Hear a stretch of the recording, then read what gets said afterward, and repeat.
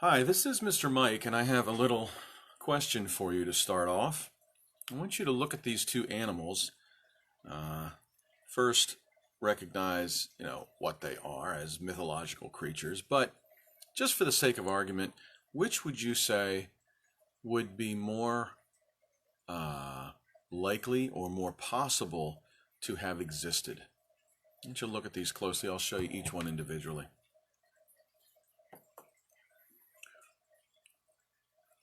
Just from a purely physical or physiological standpoint, which animal would have been more possible to have existed? Now, these are dragons, and dragons have existed in folklore for thousands of years. In fact, you've tuned into something called Mr. Mike's Dino-A-Day, brought to you by the Mechanicsburg Learning Center, and in many cases, we've decided that the way that the legends of dragons began was because ancient civilizations were discovering dinosaur bones and they didn't know what they were. So I ask again, which of these animals, from a purely physical or physiological standpoint, would be more likely to have ever existed? Interestingly, the answer is this one. Now, not because its wings are made of fire, let's overlook that for a moment, but if you look at this animal, it has a long S-shaped neck, very dinosaur-like. Dinosaurs are known for their S-shaped necks, 2 feet, 2 wings, and of course some big nasty, mean, hungry, beaked jaw. Now, the thing that makes it more possible than this is the fact that you have S-shaped neck, 2 hind limbs, 2 forelimbs, and 2 wings. Notice the difference? This does not have 4 limbs. This has its arms and a pair of wings. Well, ladies and gentlemen, boys and girls, there has never ever been an animal discovered that has a pair of wings and 2 forelimbs and 2 legs. Normally, we've seen animals that have 2 feet, and then the arms are the wings. We've never come across an animal that has this. Now, there's things that have kind of fake wings, like skin flaps and things like that, but there's never been an animal. Think of the bat. Its arms are 2 wings. Think of a chicken. Those delicious wings are feathered and it doesn't have another pair of wings. So every animal that we've ever encountered and we know about only has either 2 hands or 2 wings, not a pair of both. Just a little bit of trivia for you. So, welcome to episode 68 of Mr. Mike's Dino-A-Day, brought to you by the Mechanicsburg Learning Center. We do this every single day, weekends included, 10 a.m. Eastern Standard Time, and we talk about a distinct, different ancient animal. Sometimes it's a dinosaur, most of the time it's a dinosaur. Could be a pterosaur, it could be an ancient mammal, and sometimes we even concentrate on the special folks throughout paleontological history, those famous scientists or the folks that should be more famous, and sometimes we spend our segment talking about them. Today, we're going to talk about an animal that was discovered in Germany in the early 1930s. So we're talking almost 100 years ago, getting darn close to 100 years ago, that this animal was first discovered. Discovered by a man named Count Hugo Rule von Lilienstern. Let me repeat that. Count Hugo Rule von Lilienstern. The animal was discovered by him. His background, he was a military surgeon, and he had a castle. Maybe it was in his family. I don't think he built it himself, but he was a count, and he had a really deep interest and love for finding ancient dinosaur bones, and he had quite a collection. And he ended up putting this collection in his own castle and made a little museum out of it because he had so many great specimens. And Eventually, his collection made it to the Berlin Museum of Natural History. It was such a great collection, and paleontologists and scientists from all over the world go to this museum specifically to see the bones that Count Hugo himself collected. So it is quite a collection, quite a complete collection. So he found this set of bones and sent it to a gentleman named Frederick von Huene, who about a year later assigned it to a dinosaur and named it Haltikosaurus, which means nimble lizard. The word nimble means it was agile, it was quick, fast, sure-footed, perfect things to assign to a meat eater or a hunter. So it was carnivorous. Now, it was not a gigantic carnivore. It was about 17 feet long, about 6 feet tall, almost as tall as Mr. Mike, but 17 feet long. So it wasn't one of those tiny, voracious, carnivorous velociraptors or the gigantic Allosaurus or T-Rex. It was medium-sized. But it was definitely carnivorous, and it was definitely bipedal. They have likened it to two different dinosaurs. They've said it's kind of an intermediary between Coelophysis, who we've talked about, and Dilophosaurus. Dilophosaurus, folks know a little bit more about. Here is what Dilophosaurus looks like. The thing that makes him most distinctive is his dual crest on his head.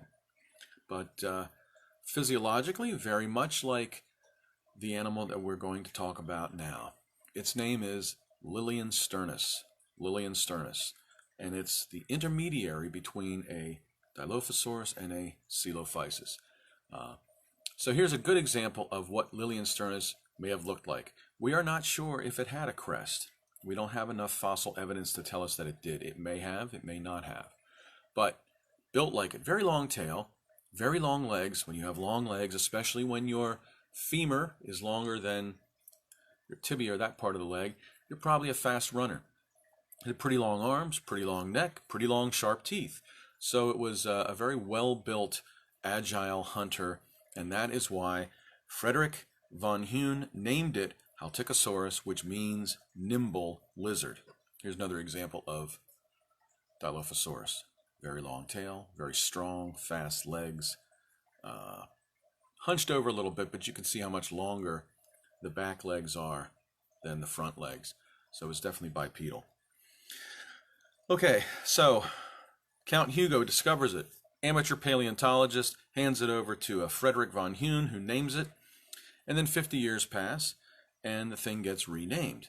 Gets renamed because they discover some little differences in what they think Haltikosaurus looked like and what these bones represented. So they created a brand new genus. Now, when we talk about genus and species, we know the example I give you is Tyrannosaurus rex. Tyrannosaurus is the genus name. Rex is the species name. So species comes after, it's lowercase, and Tyrannosaurus names the whole genus, and then there could be different versions of Tyrannosaurus, which they would name a different species name. So this thing was named Haltikosaurus by Frederick von Huene in 1934, and the species name that he gave it was Liliensterni. Have you heard that word before? Liliensterni, named after Count Hugo, who actually made the discovery. They wanted to really give Count Hugo a lot of credit because of the fact that A, he discovered dinosaurs, B, he did a lot of good for the country of Germany in terms of bringing it some world attention in terms of interesting and important paleontological finds. And the fact that he then went ahead and set up a small museum in his own castle that people wanted to come visit. So he did a lot for paleontology, even though he was not an official paleontologist. He was an amateur, but he was a surgeon. So Haltikosaurus, Liliensterni, they changed the name eventually. And as I said, they changed it from Haltikosaurus to Liliensternus, which means that this animal is now known as Liliensternus liliensterni. So not only did Count Hugo get the species name attributed to him, but now the whole Dinosaur is named after him. So imagine having the honor of having a dinosaur named after you twice. That's what happened. So we know it's related between Dilophosaurus and Coelophysis. It weighed about 2.5 times the weight of a male African lion. So this wasn't a teeny tiny velociraptor running around, but again, it wasn't exactly T-Rex and Allosaurus, it was medium sized. But it was quite beefy and quite fast. The other thing that we know is that we believe that the specimens that we have of Liliensternus, liliensterni are actually subadult, meaning below adult, or even juvenile, which means they could have grown larger. But probably not much larger. As I said, about 17 feet long, maybe 6 feet tall. Who knows? As a full-grown adult, maybe it grew to 20 feet, but we're not prepared to say that definitively. What I find funny is that Count Hugo was so enamored with dinosaurs. Are you familiar with a coat of arms? Like when you have a castle of your own, sometimes you have your own family coat of arms just to represent your family and represent your castle and represent your name. And let me give you a look at Count Hugo's coat of arms. You may find it as amusing as I do. Who do you think is adorning the Lilienstern coat of arms? Why, none other than Liliensternus, the famous subadult carnivore. So I think that's pretty cool. I guess he was a musician too. Looks like he's got some sort of flute up there, or penny whistle, whatever you might call it. So this is about how big he was. So he was a good size. And you can see an animal like this scampering around with agility and with a tail held out like that, helping him counterbalance and make quick moves to the left and the right so he could catch the smaller animals. We don't think it went after large herbivores. We think it went after smaller ones because it didn't have gigantic teeth, but it had very sharp teeth. So it was good for catching small things and holding on to them, and then biting them and eating them and swallowing them. So this is how big Liliensternus was. Okay. What else do I need to tell you? It may have had primitive feathers. We're not absolutely sure. We're still working on that. But everything about Liliensternus was kind of long, sharp teeth. Had pretty long arms, long tail, long, strong legs, long neck. Maybe it should be Longosaurus or something. But at any rate, we named it after Count Hugo. So let's go ahead and read you the story of Liliensternus, liliensterni. Quite a mouthful, but I think you guys will be able to get it. Thank you so much for tuning in every day live, 10 a.m. Eastern Standard Time on Facebook, and then watching the videos on YouTube. Simply look up Mr. Mike Sgrignoli, and all the videos are there.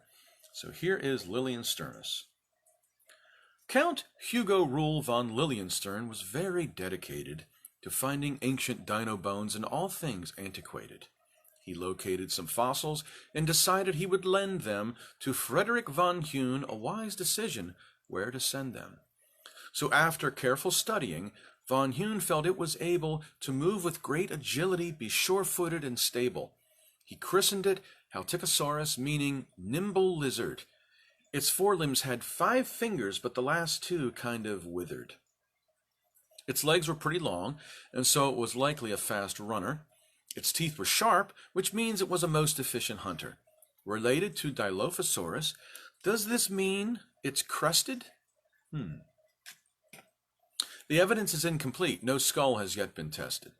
Now, this was back in 1934 that we are talking. They tried to reconstruct a dinosaur that once went stalking. Von Huene was nice enough to give Count Hugo recognition. That's why the species Liliensterni came to fruition. A medium-sized theropod, it wasn't quite a giant, and so it chased down smaller prey on which it was reliant. Count Hugo had so many bones, he kept them in his castle. Creating a museum for himself was much less hassle. Now, as you've learned, a genus name, sometimes it's not enduring. But this should not make you depressed. It's kind of reassuring. It means that science constantly is seeking all the answers. We never should retreat from truth. We strive to be advancers. Count Hugo would be pleased to know the beast he excavated has been officially reviewed and been redesignated. It's now called Liliensternus liliensterni. Quite a mouthful. So could you just dismiss this beast? I find that rather doubtful. Liliensternus liliensterni. A poem for Mr. Mike's Dino-A-Day, brought to you by the Mechanicsburg Learning Center. Thank you so much for tuning in live. Thank you for watching them on YouTube. Thank you for sharing them. Thank you for liking them. Thank you for subscribing. Thanks for all you do. And we will do it again very soon. So for the animal that looks a lot like Dilophosaurus, may or may not have a crest, and also related to Coelophysis, the Liliensternus liliensterni. Thanks for subscribing. We'll do it again tomorrow. Until then, this is Mr. Mike saying, have a great, great day.